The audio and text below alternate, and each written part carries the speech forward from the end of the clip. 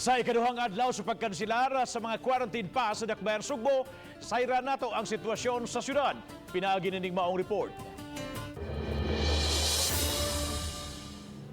Nagpadayon gihapon ang mga checkpoints sa kapulisan sa Kadalanan ug sa mga utlanan matag barangay sa Dakbayan sa Sugbo. Sama na lang diri sa Barrio Luz ug sa Barangay Labangon nga higpit ang pagbantay sa mga otoridad. Namatikdan nga medyo ni minus na ang masakinan nga nagdagan apan mahuot lang dapit sa mga checkpoint areas. Ni minus sab ang nanggawas nga mga tao sa Kadalanan din dunay mga nakasulob og face mask. Karon na kainang buntag nakita nato nga nigamay na po ang atong mga apprehension with regard sa mga nagsuot og face mask o katong especially katong mga pag-implement nato sa cancellation sa QPass. Samtang ang Cebu City Police Office adunay mga nangadakpan. 58 ang ilang nadakpan sa curfew. Social distancing usa. Wala magsulob og face mask 16, coding scheme 15 ug uban pa nga mga violation.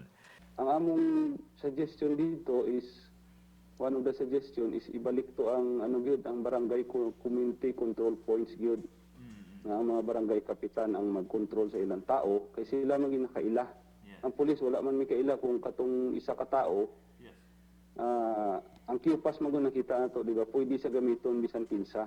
Samtang ipahibaw ni Police Colonel Cedric Earl Tamayo, ang OIC Director sa Cebu City Police Office, nga gawas sa mga augmentation gikan sa Region 6 ug 8 na usay moabot nga mga sakop sa Special Action Force aron motabang sa pagpasunod sa mga tawo sa lagda.